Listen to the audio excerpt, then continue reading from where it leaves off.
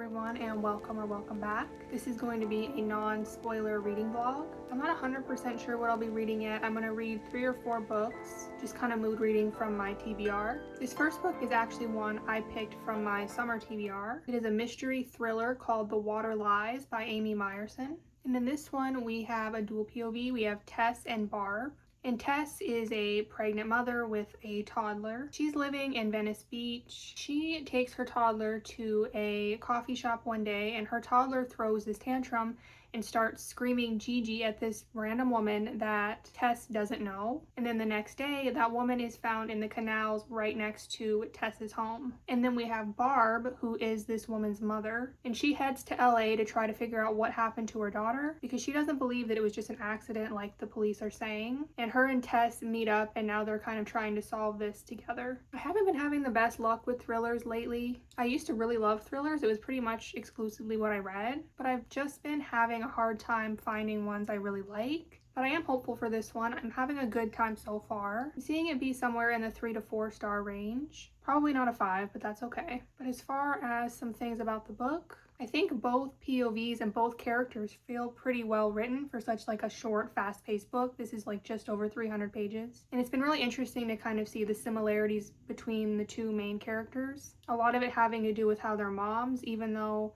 they're in very different stages in their lives. I think that's been well done. I do feel like I prefer Barb's POV to Tess, and I'm definitely curious to find out more about Barb and her relationship with her daughter. There's clearly some things we don't know. This is definitely an intriguing mystery. Like, why does this toddler know her? How did she end up in these canals with no one seeing her when this is a heavily populated area? So I'm definitely intrigued. I'm having a good time, and I'm going to continue this, and I will be back when I have something more to add.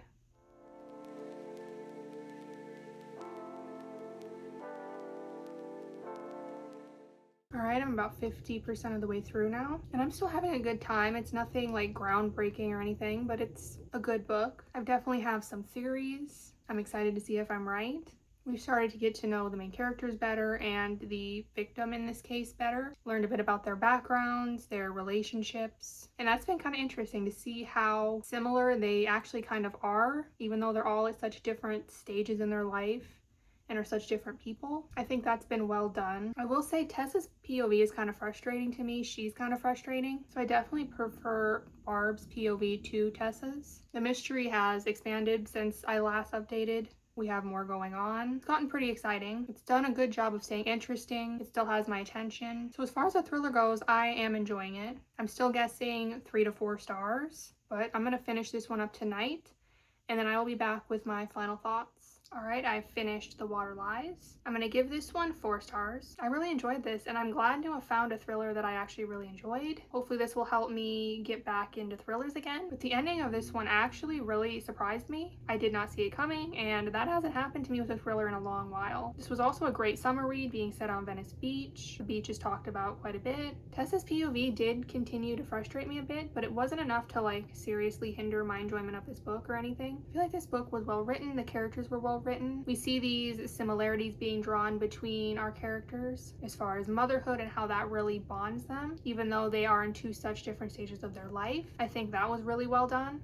Even as someone who can't really relate to that, I still definitely saw it there. So if you're looking for a good summertime thriller or just a good thriller in general, I would recommend this. I don't know what I'm gonna read next. I have a few options, but I will be back when I have decided for sure. The next book I chose to read is Queen of Shadows by Sarah J. Maas, and this is the 4th book in the Throne of Glass series. And I've been really anxious to continue this series. The 3rd book was the first 5-star for me in this series, so I just decided to go ahead and continue on. And I have to say, things have changed so much in this series for the better for the most part. I liked the earlier books. I gave them like 4.5 stars, but these last 2 have just so far have been better. For me, a big part of that is we see more of the fae, more of the magic, and all of that has just really captured my attention and pulled me into this series more. Talking about some of the characters, Kale really confuses me. I'm really conflicted on how I feel about him. I did really like him, now I'm not so sure. I kind of go back and forth. But Dorian, I have really come to love Dorian. In the first 2 books, I liked him, but he wasn't like a favorite or anything. But in the 3rd book, he really grew on me. I feel like we really got to know who he truly is a little bit better in book 3. Something else that I really loved is that we don't just brush past and forget about the characters that we've lost in this series. They still matter, they're still brought up by the characters quite often. They still feel important, and I love that because I really did like those characters. But I'm also missing, we got some new characters in the 3rd book that I was really excited to see more of, and I'm missing them because we aren't seeing them as much in this book. In the 3rd book, we were kind of traveling, we met some new characters, and now in this one, we're kind of back in our original setting. So I'm just hoping we'll get back to seeing those new characters more as well. But I also do like that we still see the old characters as well. But I'm only 30% of the way in. There's been some exciting things so far. We've had some exciting reunions. We've also met a new character in this one who I'm fairly positive is going to be important. I'm excited to get to know her, but I'm going to continue. I will be back when I have something else to add. I'm around 60% of the way in, still enjoying it. Some things I've really enjoyed are, I feel like we're now really seeing the depth of the relationships with these characters, how far they really are willing to go for each other, and how loyal they are, and how dedicated they are to their cause. I'm also happy to say that the new characters that I was missing are back. I'm happy to be seeing them again. But as far as the new characters go, I'm kind of now feeling iffy on Manon. I kind of go back and forth with her because she's not like good, but she's really interesting to read about. So I don't know, I'm hoping something changes and I can get back to liking her again. But as far as friendships go, we have this new blossoming friendship between 2 of our female characters that I'm really enjoying, that I hope we get to see a lot of. A friendship I never would have expected, but that I'm really happy we get. We've also gotten some expansion on the world in this one, on some of the creatures. You know, we have the witches and the fae, and there are other creatures in this world that I didn't know were going to be a part of this story. So that's been really fun and exciting. Also, there is a bonus chapter for Heir of Fire that I hadn't read, and I haven't read any of the bonus chapters. I didn't think that they were like necessary. I thought they were just extra.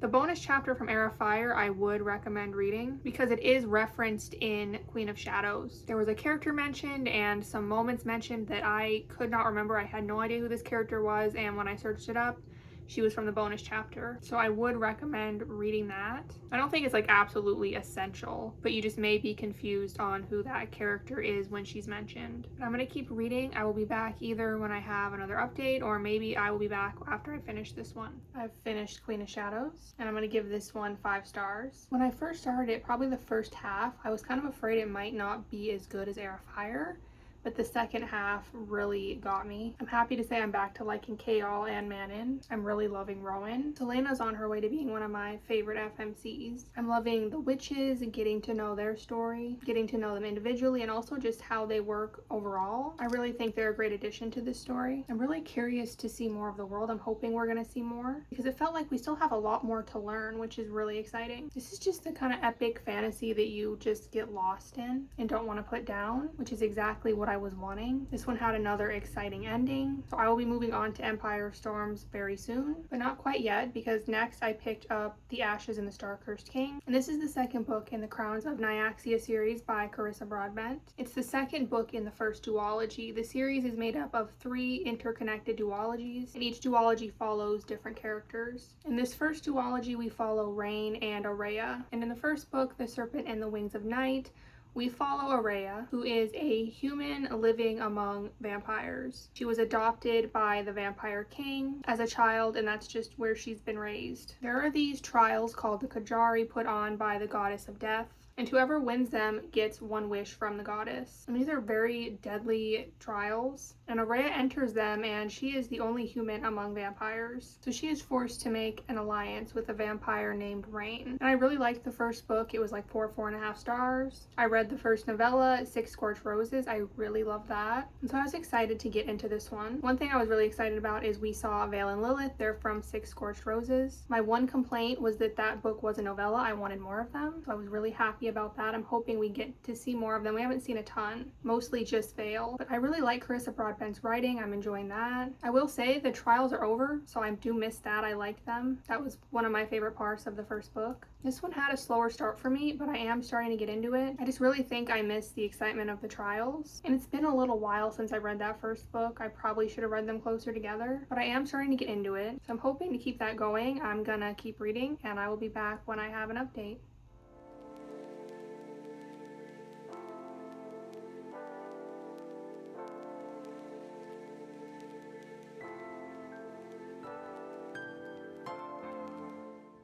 Probably 80% of the way in now. I have like just over 100 pages left. And I've really been loving Rain and Araya in this one. I liked them in the first one, but they are just better in this one, I think. We see their connection and their chemistry a little bit better. And I also think I just like them individually a little bit more. Rain especially, I think we've gotten to know a bit better. Araya, I feel like we've really started to see accept what she is truly capable of, even as like a human among vampires. And it's been nice just to see her grow and figure herself out a bit. As far as the novella Six Scorched Roses, I read it in between the first two books, the first duology, which is what the author recommends, and I am glad that I did that. You don't have to, but you see Vale and Lilith in this book, and it really does add to their characters, because I already loved their characters when I saw them and was already attached and invested. Otherwise, I'm not sure how much I really would have cared about them. I'm not sure which of the two books in the duology I prefer yet. I kind of go back and forth because I really loved the trials in the first one, but I'm liking the characters better in this second one. And there is an interesting plot going on here, but some more kind of negative things that I've noticed. I noticed with this book and the first book that there's some more kind of like modern language thrown in that just doesn't quite fit. And I've said I really enjoy the writing, which I do, and then when it kind of throws in this more modern feel, it throws me off and kind of pulls me out of the story. I'm not loving that. And something about Six Scorched Roses, the atmosphere was just perfect, and I was really pulled into it. And I just don't feel like the two main books in this duology have done that as well, because just looking at it, this should be a 5-star. I love vampires, I love trials, flawed characters, darker fantasy, but something just isn't quite getting it to 5 stars. It was the same thing with the first book, but I still have 100 pages to go, so maybe things will change. If the ending is really incredible, this could go up to 5 stars. Right now it's sitting somewhere between 4 and 5. So I'm gonna keep reading. I'm gonna finish this one, and then I will be back when I'm finished with it. I've finished The Ashes and The Star-Cursed King. I'm gonna go with 4.5 stars on this one. I ended up liking this more than I thought I would in the first half of the book. Things really picked up in the second half, and I really enjoyed it. I didn't expect this book to end up being so emotional. There's like one character that gives me really conflicted feelings, and I don't really know what to think of him. And seeing our main character struggle with that, among many other things, ended up making this a pretty emotional story. By the end of it, I do think I preferred this second book to the first. I did really love the trials in the first book, but the characters just really came to life more in this book. Their chemistry was better, and the emotional side of these characters also got me more invested in their stories. Overall, I think this was a great conclusion to this first duet. The next book I have to read for this series is the next novella, which is Slaying the Vampire Conqueror, and I'm actually really excited for that. I loved the first novella in this series, Six Scorched Roses, so I have a good feeling about it. But after that, we have the next duet. I'm kind of nervous for that. I have seen not great things. People seem to be pretty disappointed in this second duet, but I'm gonna give it a shot. I'm going in with hope that I'll like it because one of the characters I know we're following is Misha, and I do really like her, so I'm just gonna hope for the best. And from what I saw, some people did really like the second book in that duet, so I'm just gonna go ahead and hope for the best. But for now, I'm gonna be reading something else. What I'm reading next is A Drop of Corruption by Robert Jackson Bennett, and this is the second book in the Shadow of the Leviathan series. The first book is The Tainted Cup. I really loved that. It was 5 stars. One of my favorite reads so far this year, so I've been really excited to get into this one. And this is a murder mystery series set in a fantasy world, which is really like a mix of my two favorite genres, so this is a perfect series for me. And in this series, we follow Din, who is an engraver, and that means that he has been permanently magically altered to have a perfect memory. And Din is an assistant investigator to Anna, and Anna has some quirks, including that she always wants to be blindfolded and she never leaves her house unless she has to. And so obviously this causes some trouble as far as being an investigator. And so Din acts as her eyes and ears. He goes to the crime scenes, memorizes everything perfectly, and then he is able to go back to Anna and relay all of this information to her, and she kind of puts the puzzle pieces together. Each book in this series follows a different mystery, which I really like. The first mystery wrapped up, we know what happens, we don't have to wait. The second book is a totally new mystery, and the mystery in this book revolves around the disappearance of a treasury officer who somehow disappeared out of his room with all of the doors and windows locked from the inside. There were guards posted at every exit, and he has just vanished. They soon discover that this was actually a murder, and it's just the beginning of a much larger investigation. And so far, I'm thinking I might end up liking this second book better than the first. I'm about 50% of the way in, so I can't say for sure, but it's kind of looking that way. So we have the new mystery, so we're seeing a new area and we're seeing some new fantasy elements. And the fantasy side of this story is just really interesting and unique. We have these alterations, like Din's memory engraving. We have axioms who work like human calculators. There's a whole long list of different alterations and graphs that can be permanent, or they can give temporary boosts in speed and strength, things like that. We also have magical plants that we see used often in this world. In this book, we've had this moss that acts to preserve bodies. We have this fungus that acts as a lock in their banks, and it only recognizes the people that have been given access. And all of that has just been really interesting. The side characters for this one I'm really enjoying as well. The side characters change in each book, and I really like the characters in the first book. I was worried I wouldn't like these ones as much, but I do. I feel like the mystery in this one has been more exciting to me so far. This has all of the elements I loved in the first book, but I feel like we're seeing more of the fantasy in this one, and I'm really excited about that. I've really been enjoying it. I really love the characters in this series. Their dynamic is really fun. Din is like pretty serious, and Anna just loves to embarrass him. They're just really fun. So I'm really excited to continue this one. So I'm going to do that, and I'll be back when I have another update.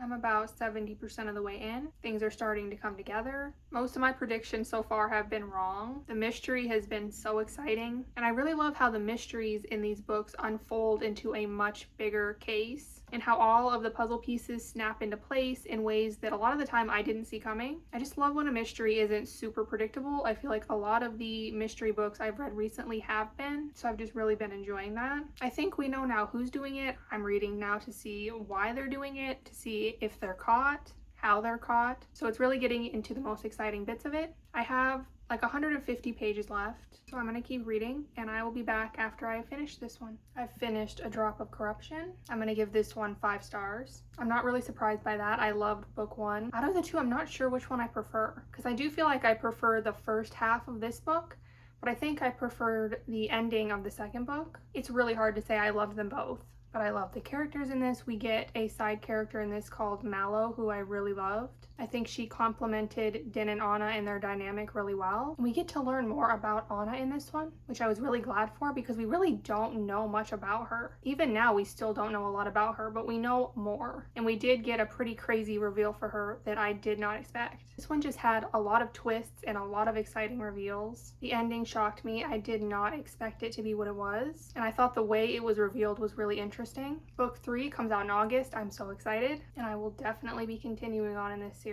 But that is going to be the last book for this vlog. Let me know in the comments below if you've read any of these, what your thoughts were. I'll leave my Instagram and my Goodreads in the description if you're interested. I would really appreciate it if you check them out. But I hope you all enjoyed this video, and if you did, please leave a like and subscribe. I would really appreciate it, and I hope to see you all in the next one.